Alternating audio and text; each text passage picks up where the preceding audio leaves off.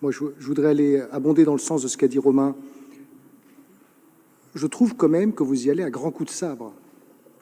Vous nous avez mis un grand coup de sabre dans la subvention au concert d'automne, un grand coup de sabre dans la subvention à la Grange de Melay, maintenant un grand coup de sabre qui est donné à cet événement.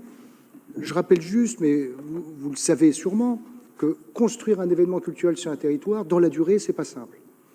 Il y a eu 3 éditions des Illusions de la Cathédrale, 3 éditions des Nuits de la Renaissance. Il a fallu ajuster, il a fallu trouver l'emplacement, il a fallu trouver le bon tempo. Tout ça avait connu un succès populaire, vraiment populaire. On a tous vu les familles qui venaient, la grand-mère sur le transat, la couverture, les enfants dans l'herbe, et tout le monde profitait de ça, et c'est un spectacle gratuit. Un spectacle gratuit qui avait trouvé sa place.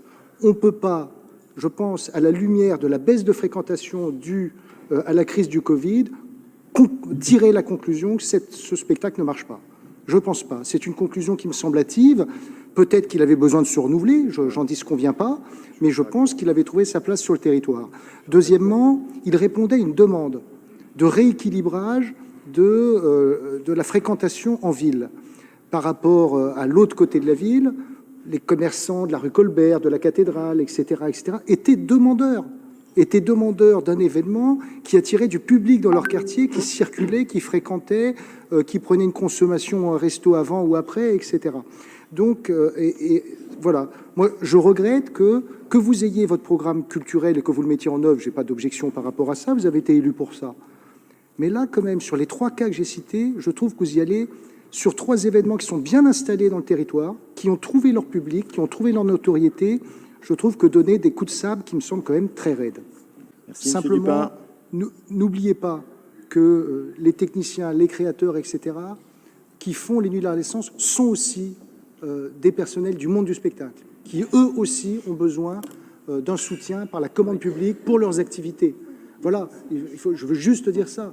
Okay. Que vous vouliez soutenir le spectacle de rue, aucune objection par rapport à ça, absolument aucune objection. Il faut soutenir le monde de la culture qui a gravement souffert pendant les 18 mois la période qu'on a traversée.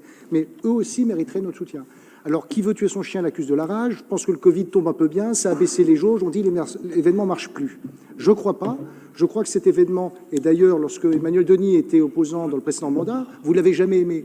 Vous ne l'avez jamais aimé. Je le regrette, parce que la question, c'est pas d'aimer ou pas aimer. C'est est-ce que cet événement a trouvé un public. Non. Est-ce que cet événement a trouvé un public. Et là, il a trouvé un public. Donc ce public va être frustré de ne plus pouvoir avoir cet événement. Je vous remercie. À chaque fois qu'on fait un choix, on fait des